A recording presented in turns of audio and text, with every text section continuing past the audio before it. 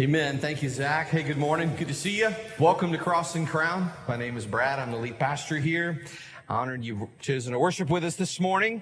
And we actually have quite a bit to get to this morning. And so just by way of introduction, I just want to mention that we are in a series this summer going through most, not all, but most of 2 Samuel.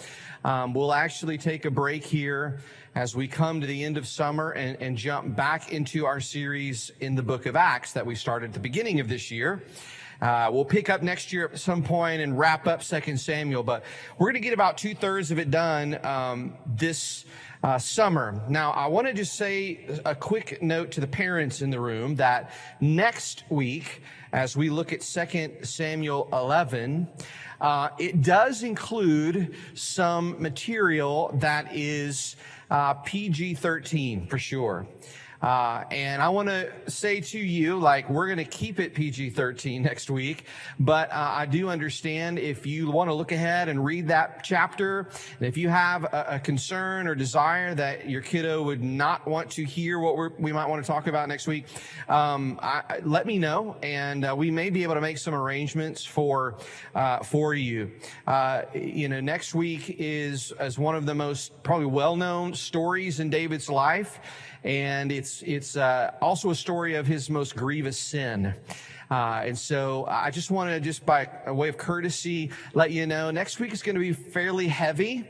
And at the same time, I don't want to sugarcoat next week either what's going on. And maybe I could just say one more thing. You as a parent, you are the one that gets to make this call for your child to discern how you should approach next week. But I do think that these kinds of opportunities present themselves for us as parents to help disciple our children through complex and thorny biblical passages. And so if I can serve you in that as well, either in preparing your kiddo for that or after we get through our time next week and your kid has been with us in this service, I'd be honored to do that. All right. So it's pretty unique whenever I need to say this, but it just so happens that next week is one of those times where I just wanted to serve you and let you know, hey, this is what's coming up.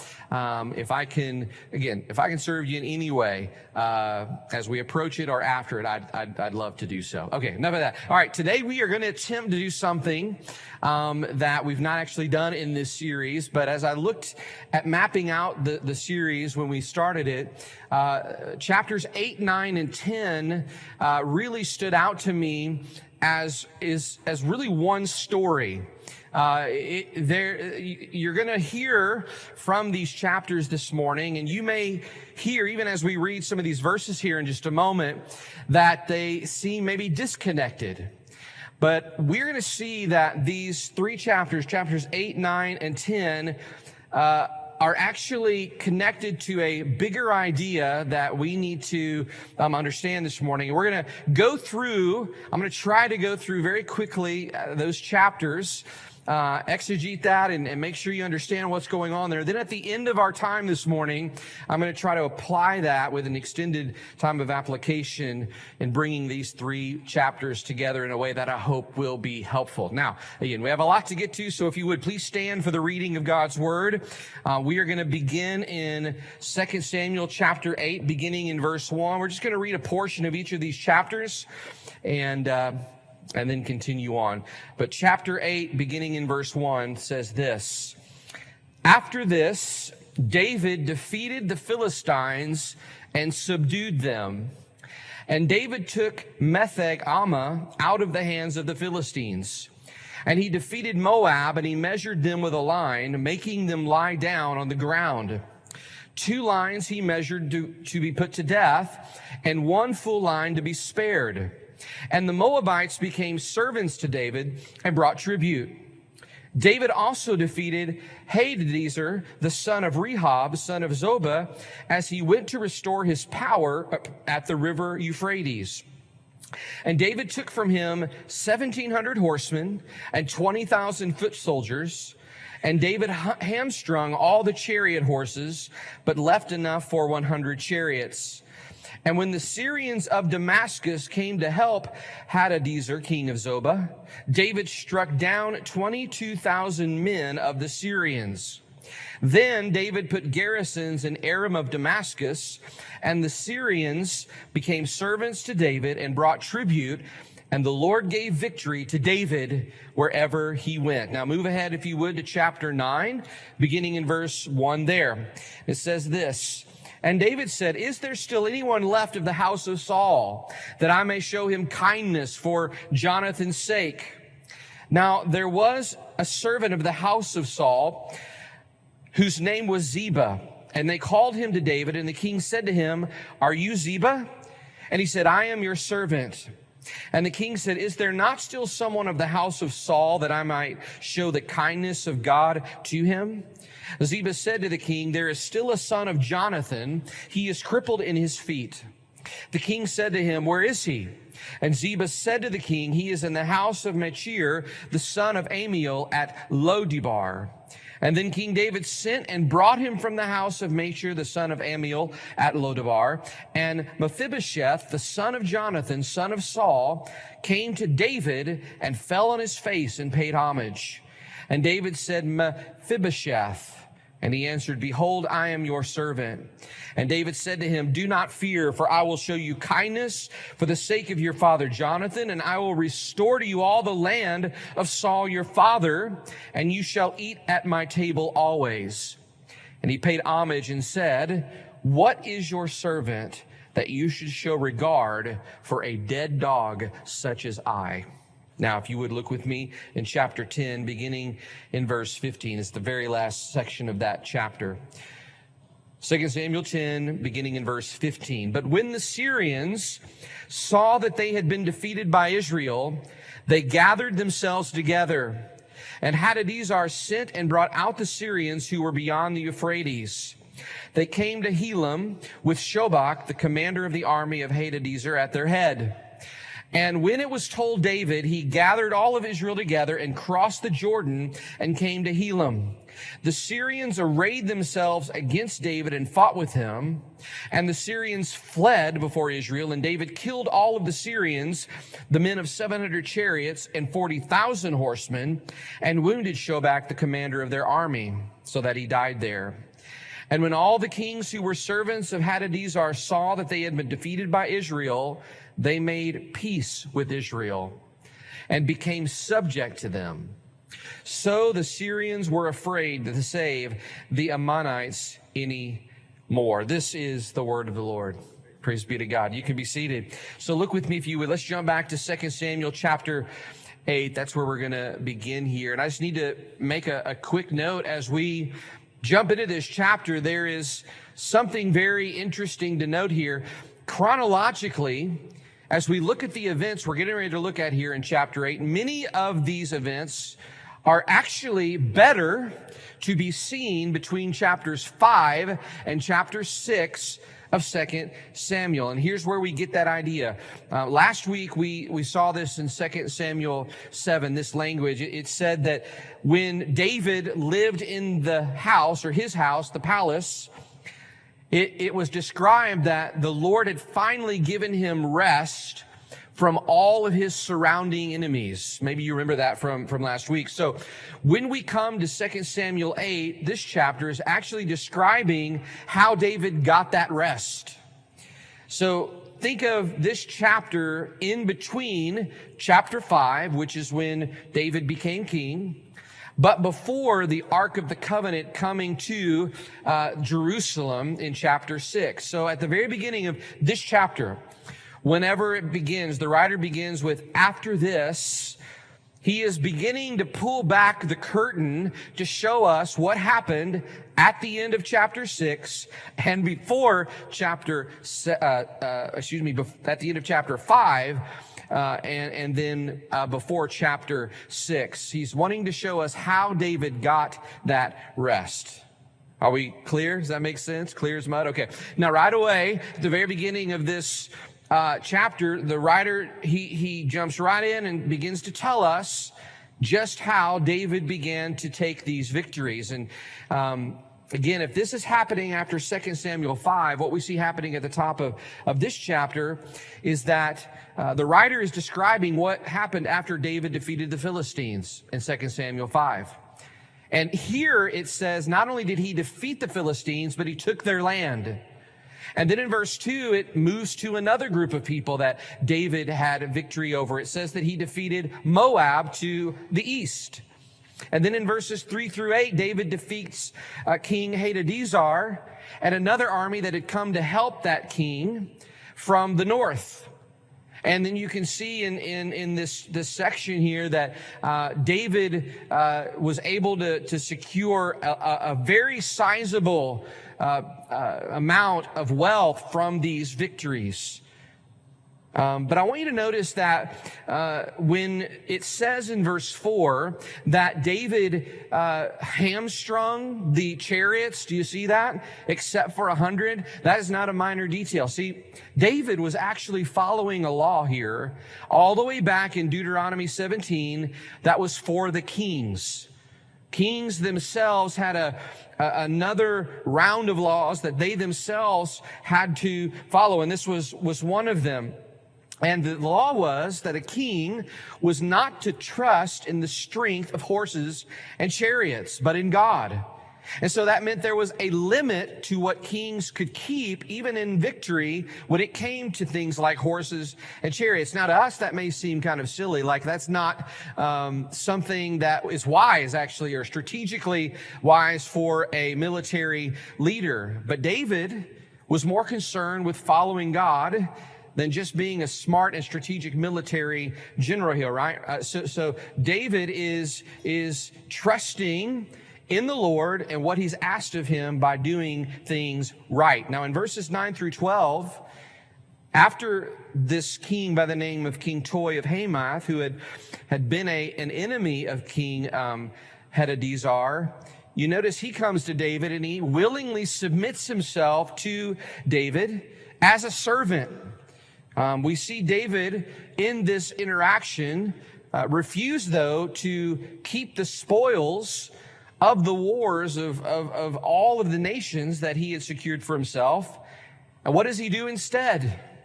Well, he dedicates the silver and the gold and the bronze to the Lord. Now, those details, like the refusing to keep the spoils, to prop himself up, to follow the law of God, to not take more horses and chariots than he should, that may seem incidental. But they reveal that the king of David was, as the scriptures say, a man after God's own heart. He is showing, for example, restraint even whenever it says that he measured the Moabites and preserved a portion of them alive. We look at that and go, man, he killed 2/3 of the Moabites. Well, he could have killed all of them, but he preserved a third. And there is, even within that, some kind of restraint instead of total cruelty. He is refusing to trust in the very weapons that could help him be victorious in his own strength. And that's, that would tempt him to rely on himself. But he's refusing to do that. He's also refusing to keep the spoils for himself because he understood who those treasures belonged to. Not him, but God. And then notice in verses 6 and in 14, there's the same thing that happens in both of these verses. It says that David establishes something called garrisons. Now, garrisons are troops that were stationed to defend, and this is what was happening here, to defend Israel's new land. But just garrisons in general that was their job. They were to watch over. They were like the watchmen and making sure that whatever land was supposed to be protected would be protected. David does this in this part of our passage today. Why? Because he understands that victory must also be faithfully stewarded. In other words, you can't just win and then celebrate and look back at the victory and go, man, wasn't that awesome? We did such a great job. No, actually, you've got to steward what you have won. And that's exactly what David is doing here. Again, these details are not secondary details just to help us see some of the cool things that happened with David when he won these wars. They are meant to show us a man who is responding to the truth of verse 14. Look at verse 14 again with me. It says that the Lord gave victory to David wherever he went.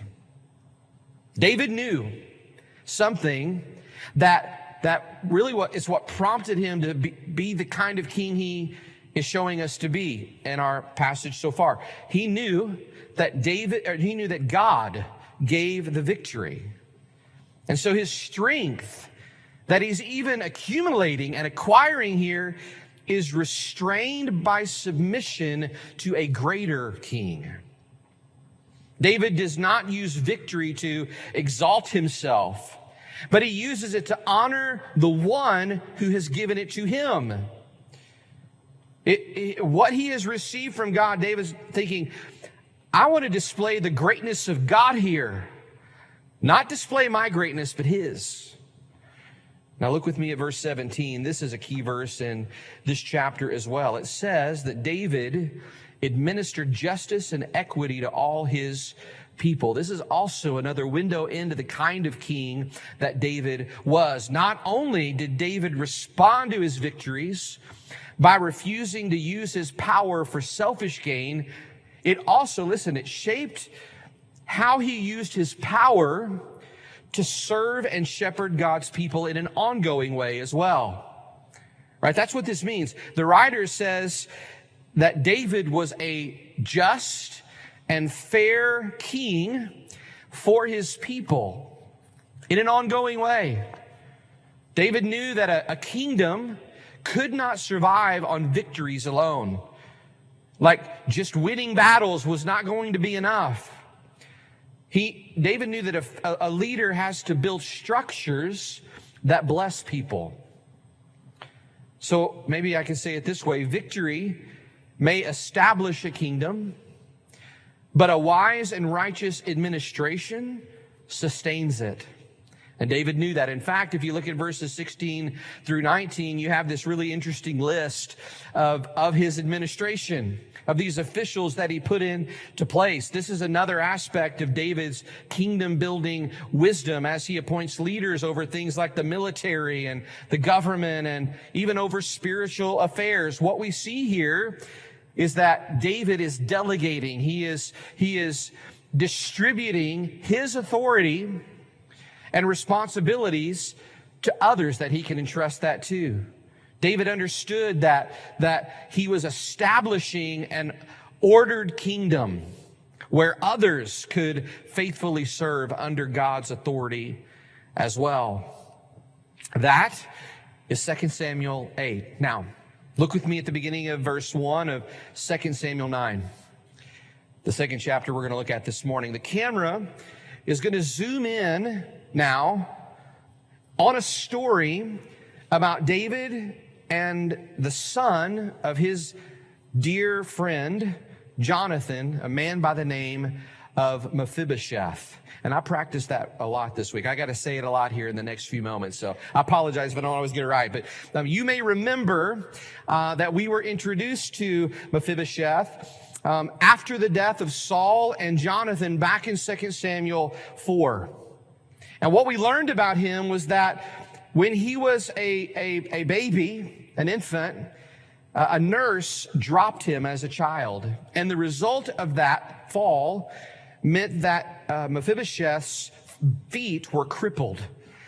He was essentially unable to walk from a very, very young age. Now, in verse 1 of chapter 8 of 2 Samuel, David begins this chapter by asking a question that is going to result in us being reintroduced to Mephibosheth. Look at that question. Let me just read that again there in verse 1 of 2 Samuel 9. It says this. David says, "Is there still anyone left of the house of Saul that I may show him kindness for Jonathan's sake. Now, apparently, David genuinely is asking this question. He's unaware if Mephibosheth is still alive. He's not sure if he is alive, where he would even be. But David genuinely wanting to understand, is there anyone left in the house of Saul or the line of Saul that, and it says here, David, that he wants to then show kindness to them. Now, we need to understand how unexpected this question would have been in David's circles. When a new king takes the throne after they overthrow a previous dynasty, the common practice was to eliminate the family members of the former king. Right? Because if you left those people around, they could rise up and there could be a political rebellion, a political threat in the future. And so David, though, in spite of that, asked this question, is anybody left from the previous administration so that I can show kindness to them? Now, the reason that David asked this question is very important. David had made a promise. You may remember this when we walked through 1 Samuel, but in 1 Samuel 20, Jonathan, Mephibosheth's dad, asked David to not cut off his descendants after he became king. Now, when Jonathan and David became really good friends, all that was true of David at that time was the promise of being a king. In fact, Jonathan himself was actually in the running to be a king because he was one of Saul's sons. But he believed God's promise to David that he was going to be a king one day. And he said, hey, when you become king, please don't cut off my descendants when you become king. And so this is what really sits underneath the question that David is asking here. And so in our passage today, a servant by the name of Ziba is brought to David, and David asks essentially the same question to Ziba with one very interesting difference. He adds something here. He says, is there not someone from Saul's house that I can show the kindness, and this is what was new here in the question, the kindness of God to? And so Ziba, in response, tells David that there is someone in Saul's line that's still alive that you could show kindness to, and his name is Mephibosheth. And notice how the writer in our passage does not introduce Mephibosheth by his royal lineage. He introduces or reintroduces us to him by his weakness, his crippled feet. And there's a reason for that. We're going to see that here in just a moment. But in answering this question, the servant also says, well, this was in response to David asking, well, where does he live? The servant says, he lives in a place called Lodabar. Now, we don't do this very often, but I think it's very interesting. Sometimes when you look at people's names in the Bible or the places in which people live, sometimes they tell a part of the story to us. And that is true here because Lodabar means something like no pasture or a barren place. And so what Ziba, when he says, hey, Mephibosheth lives in this particular place, it's what's being related to us is that the son of a former king is living in a place of emptiness, not just geographically, right? But personally, physically, emotionally likely, and maybe spiritually. One who should have enjoyed royal blessing, like Mephibosheth, has been living in obscurity for a very long time. So how does David respond to this? In verse 5, we see his response. David sends for Mephibosheth. Now, this is not in the text, so we got to use our spiritual imagination here, but let's just think about this moment here. You are Mephibosheth. You have someone come to you from the new king, King David. The same king who was chased after by King Saul, Mephibosheth's dad, for a very long time, tried to kill David on multiple occasions. You would probably not assume that the invitation was a good one, right? You would probably think David was finally going to do what we said earlier is what you do when you take the throne. You eliminate your previous administration's, any political threats that would be there. And so if I'm Mephibosheth, I'm thinking, this is my elimination here. He's come to take out the last possible threat to his kingship. But we know that's not the case, because after the word came to Mephibosheth, we see in verses 6 and 7, Mephibosheth comes to David, falls on his face before David, asks him, like, hey, pays homage to him and says, I'll be your servant.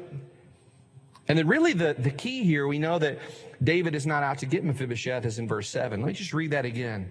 This is a beautiful verse. Verse 7, it says this, David is speaking to Mephibosheth, do not fear, for I will show you kindness for the sake of your father Jonathan.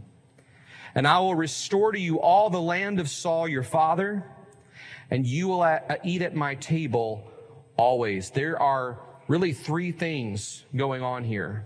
Let's break this down. Whenever David says, do not fear, those words would have been absolutely shocking to Mephibosheth, because that's exactly what he probably felt.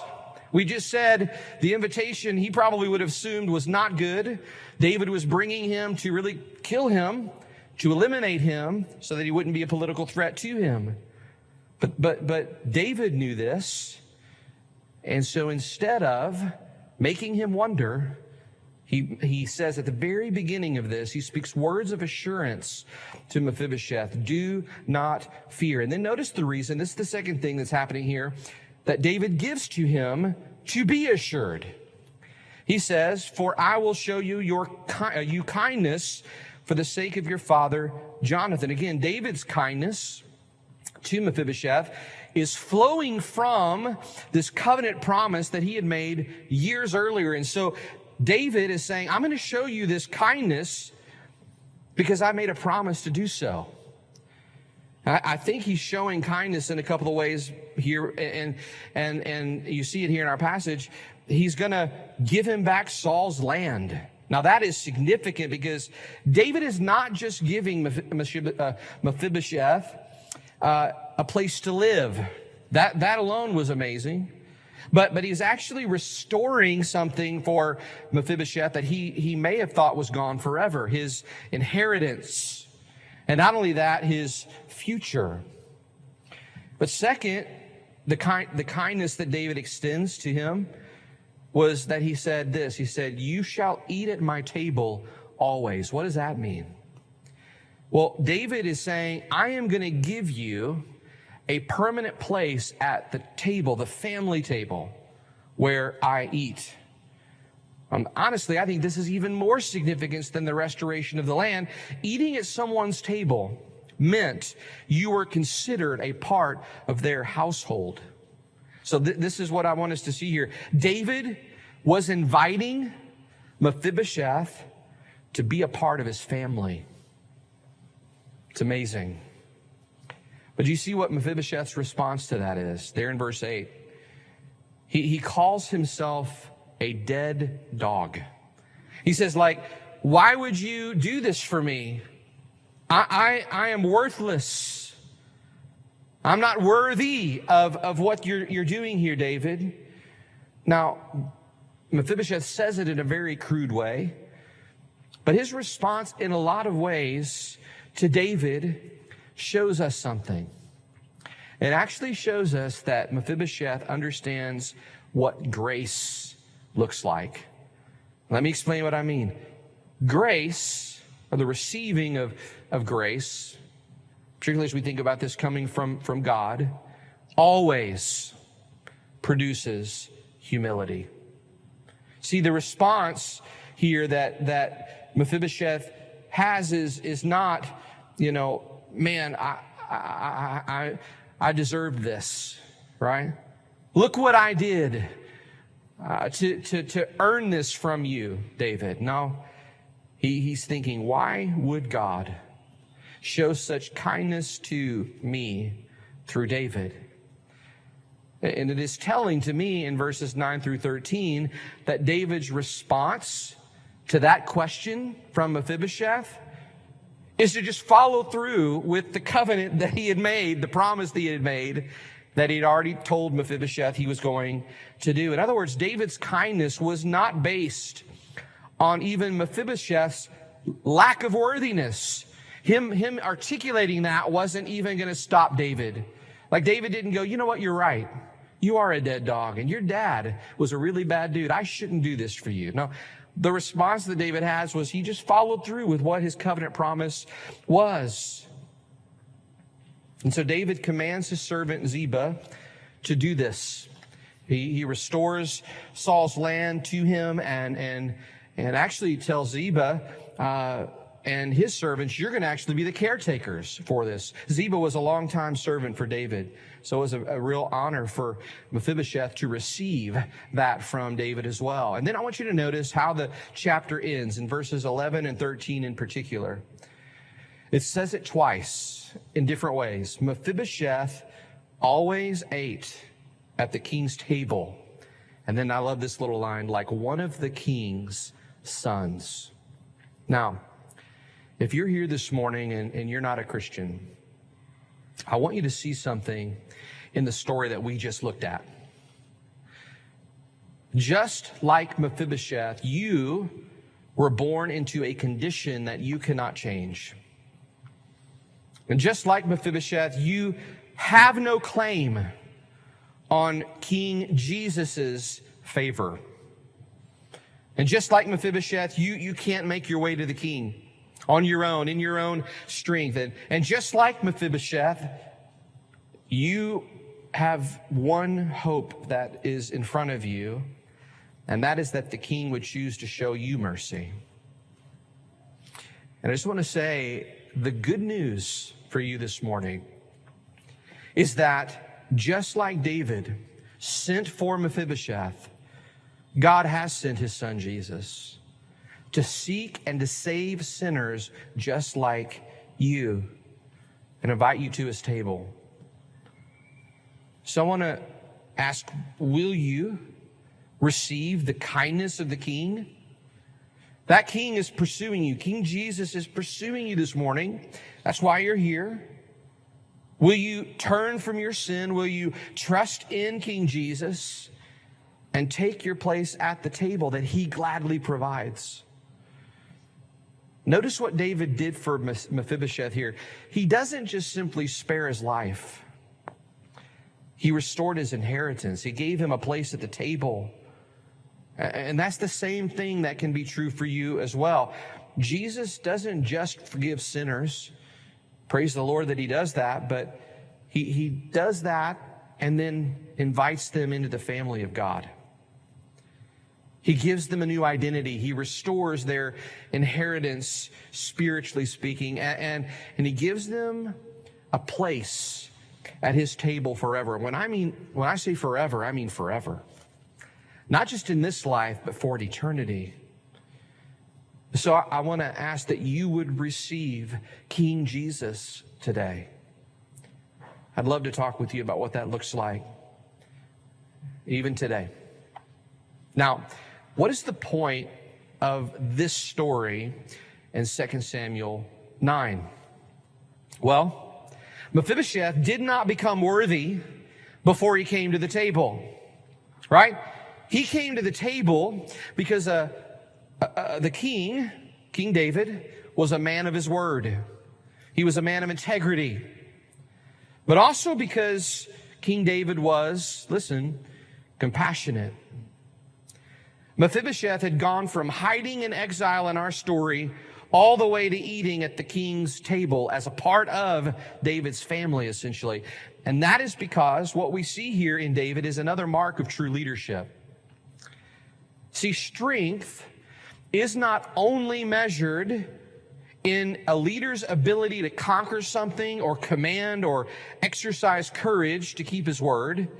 It's no less than those things, but it's also measured by their humility to show compassion. And I just need to say this in particular on the idea of compassion. It's really important that you hear that compassion is never weakness. The strongest leaders, I think, are those who can hold both conviction and compassion together. Or maybe I could say it this way: a leader who is all bluster and no blessing isn't a leader. A leader who is tolerant but not truthful isn't a leader either. Biblical strength in a leader is never the absence of compassion. It is the ability to use one's strength for the sake of compassion. Are you with me? So that is 2 Samuel 9. If you would, look with me beginning in verse 1 of 2 Samuel 10. This is the last chapter we're going to look at. Here we return to the battlefield. The chapter begins really with a transition. It says that after this, the king of the Ammonites died, and Hanun, his son, reigned in his place. Now, the Ammonites were one of Israel's longtime enemies. They had fought Israel for a long time. In particular, you might know this in the Old Testament during the period of the Judges. Actually, back in 1 Samuel 11, the very first military victory, major military victory for Saul was against the Ammonites. Now, in our story today, the king that has died, a man by the name of Nahash, he was the king of the Ammonites whenever Saul defeated them back in 1 Samuel 11. But he has now died. And then notice David's response to the death of this king. He says in verse 2 that this king Nahash had dealt loyally with him. So it says in the ESV. And so he said, because of that, I'm going to deal loyally with his son, Hanun, who most likely would be the next king, right? Now, even though these two nations had had a long history of hostility toward one another, David seems to have had some kind of favorable relationship with King Nahash, the one that had just passed away. And again, because David is a king who remembers relationships, we just saw this in the last chapter, instead of seeking some sort of retaliation or expanding his kingdom, he does something counterintuitive. He sends messengers. Some commentators call them counselors, actually, to comfort Hanun, the son of the dead king. Now, this is what makes the response by the Ammonites so tragic in verse 3. Right? The princes of Ammon interpret David's kindness through the lens of suspicion. They believe that David's compassion is a strategy, really a military strategy of manipulation. And because they misunderstood what David was trying to do, they respond not in kind. They actually respond with a retaliation of their own.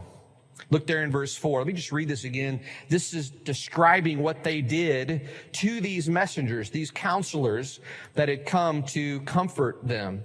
And it says, so Hanun took David's servants and shaved off half the beard of each and cut off their garments in the middle at their hips and sent them away. Now, in the ancient world, a man's beard represented dignity and maturity and honor. And so to shave half of it off was to mock him. It was to attempt to strip him of his confidence and his reputation. And when it says that they cut the garments like this, it said it cut off their garments in the middle, it meant that they would have cut their garments in such a way that it literally would have exposed part of what should have been covered. We'll just say it that way. Both in the front and in the back. They were literally exposing what should have been private. This was a humiliation effort on the part of the Ammonites. These men were not just being rejected, they were being dishonored. And in our story today, it says that David sends for them. And again, shows you the heart of David. Instead of just bringing them right back, he sends them to another city, a city you've probably heard of before called Jericho, to give them privacy, actually, to repair their dignity, to regrow their beards, and to get some new clothes. Now look with me, if you would, back at verses 6 through 8. The Ammonites quickly realize that they have made a very terrible mistake, because it says that they were a stench to David. They'd become that. And so they realized that because of what they had done, Israel was now going to retaliate. And so they sent, the Ammonites sent and hired another army, the Syrians, to join them to fight Israel. When David got word of this, he told his general, I want you to go and gather your men and fight. And so they did that. Now, verse 9 jumps right into the heat of the battle, and we see that Israel is in a very tough position. They are cornered, really. They have a group of people in front of them and behind them. The Syrians are behind them. The Ammonites are in front of them. And so Joab strategically divides the army in verses 9 through 10 into a couple of groups. And he tells his brother, who's leading the other group here, Abishai, that, hey, if one of us begins to fail, the other needs to come to each other's aid. He's understanding that victory is likely going to require some mutual support here. And really what happens in our story is that in spite of the challenge that was in front of them, Joab and his army win. But I want you to notice what Joab said right before the victory. I think it's probably one of the greatest statements of courage and faith in all of the Old Testament. Verse 12 of chapter 10. He says, be strong and let us show ourselves courageous for the sake of our people and for the cities of our God. And may the Lord do what seems good to him. And that's a good verse, is it not? Like, he does not say God's going to do everything and we don't need to act at all. He doesn't say, hey guys, be courageous and may the Lord do what seems good to him. No, Job understands that courage is required because the people of God and the cities of God were at stake. So the battle begins. Verses 13 through 14, it says that Job defeats the Syrians. When the Ammonites see that the Syrians are defeated, they run away. And just like that, again, the Lord gives victory. This sounds a lot like 2 Samuel 8, does it not? Finally, let's look at that very last part. We read this earlier in chapter 10, verses 15 through 19. After their defeat, the Syrians actually try to regroup. They gather some more forces, and the conflict expands. And so David and Israel's army go to meet them, and he defeats them again. In fact, what happens at the very end of chapter 10 is that it says that the Syrians were afraid to save the Ammonites anymore. So the Syrians who were hired by the Ammonites gave up on the Syrians. The surrounding nations are beginning to realize something here, that David's kingdom is not to be opposed. The king whom God has established cannot be defeated. And then at the very end, verse 19 also says this. Not only do the Syrians stop fighting, they actually make peace with Israel. Like, that's different than just going, we're defeated. You can, move on to another group of people to try to conquer. They actually, hey, we want to make peace with you. And actually it says that they became subject to David. What's happening here is we're seeing David is not merely a king who wins battles. Actually, through his faithful leadership, he is bringing something to his people through it, through his courage. He's bringing stability and peace to God's people. David's courage strengthens the nation. And it's causing even Israel's enemies to recognize that God himself is fighting for his anointed king. And these other nations are wanting in on that. It's amazing, really. Now that is 2 Samuel 10. Now that was quite a bit to get through. Thank you for that. But there's a reason I wanted to get through those 3 chapters together. As I said at the top of our time, I think they tell a story about David, a singular story, actually, about David that we need to see this morning. These are not like disconnected stories. 2 of them, chapters 8 and 10, are about David's might. Chapter 9 is about David's mercy.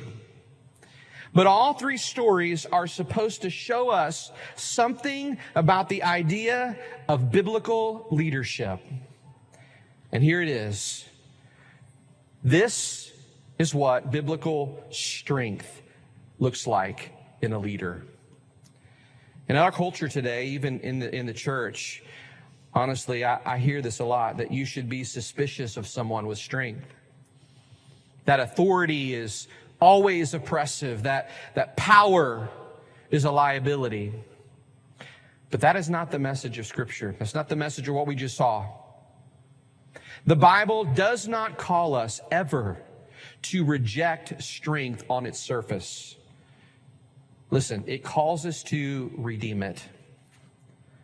Strength becomes dangerous when strength becomes dangerous not when it is strong, but when it is separated from things that we see in David's life here in these chapters: wisdom, humility, even love, compassion.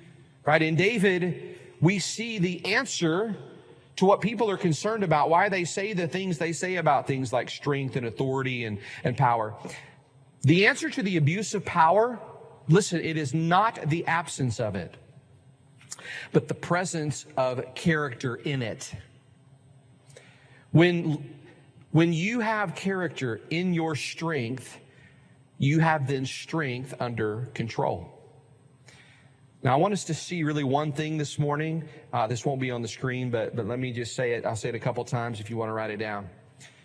But here's the one big idea this morning, and I am focusing in on this idea of leadership here. Godly leaders do not avoid strength. They discipline it. Godly leaders do not avoid strength. They discipline it. Now, in particular, I want to apply this to the men in the room.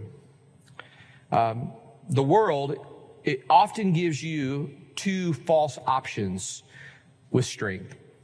It says it's either something that's going to be abused or it's something that you should just abandon. Either dominate people with your strength or refuse to lead at all. But we see in the stories we looked at with David today, and I think this is true of all of Scripture, Scripture gives us a better vision. Listen, godly leadership does not mean becoming less courageous or less decisive or less willing to exercise your authority. It's what we see David do. It means bringing those things under the rule of God. David was not weak. He was a warrior. He commanded armies. He conquered enemies. He carried real authority. But David also knew who should govern all that stuff. David understood that strength was never given to serve himself, but to serve God and to bless others. And that is where many leaders fail. When your strength that God has given you becomes disconnected from God's purposes, it stops being a gift to steward and it becomes a weapon to control. The very thing, strength, that God intends leaders to use to bless others, in that scenario, it does become the thing that harms them. Like if you don't use your strength under the rule of God, you may win some battles, but you'll eventually lose the very people that God's called you to lead. You could. But we also see in our stories today something that may be counterintuitive as we think about the idea of strength. David's strength was not only seen in how he defeated his enemies, but in how also he used his authority to bless someone who could offer him nothing in return. A lot of times when we think about compassion, we have this kind of lilty, softer kind of feeling about it, right? But listen, compassion and strength go together. Compassion is what happens when a leader has enough strength that he does not need to use every ounce of it for his own sake. Weak men can't show mercy because they're controlled by fear or insecurity or pride. But listen, a strong leader can lower himself to serve because he is secure in who he is before God. Now, it is important to talk about what biblical compassion isn't here. Just to serve you, compassion governed by God is not just simply saying yes to every need or meeting every request that comes your way. Biblical compassion is not sentimentalism. Biblical compassion is always love governed or guided by truth. So like David's kindness to Nahash's son, the mercy that he had towards Mephibosheth, even his restraint that he had towards the enemies that he conquered, those were not random acts of emotion. They flowed from covenant faithfulness and a commitment to honor his word. And it took a strong leader to be able to stick to that. And so, again, I'm primarily speaking to the men right now, but the question for you is not, am I strong? Because God has given you certain strengths and influence. The question is your strength going to be used, or maybe I can say it this way, is it going to be controlled by truth and love? So men, don't believe the lie that godliness requires you to become passive or timid or afraid of the strength that God has given you. God did not create you to abdicate responsibility. He created you to lead, to protect, to provide, to take responsibility. And a godly man is not a man whose wife and children are intimidated by his strength. He is a man who is courageous enough to lead, but also humble enough to listen and strong enough to sacrifice. And again, like we just said, he's secure enough to serve. So the wives in the room, you should desire this for your husbands. If you're not married, that you should desire this for your future husband. Do not desire a husband who avoids conflict and doesn't take initiative. Pray for and encourage your husband whose strength can be governed by God, whose leadership can make your home more faithful and more joyful and more secure. In a way, what we're talking about this morning, it really should cause us all to ask the question, what has God placed in my hands, and how am I stewarding it for His glory? Because David is confronted through all of these chapters with that question. God is placing things in the hands of David, and David is rightly responding with stewarding it for God's glory. So though I spent some time speaking to the men, I just spoke to some of the wives in the room, all of the wives in the room. Really, for all of us, you may not lead a household or a company or a church, but you have influence. You have relationships, you have gifts, you have opportunities to serve others. And so the call for all of us this morning is this: bring those things under the lordship of Christ. Discipline those things, steward those things, and use them to serve the people that God has placed around you. Let's pray together.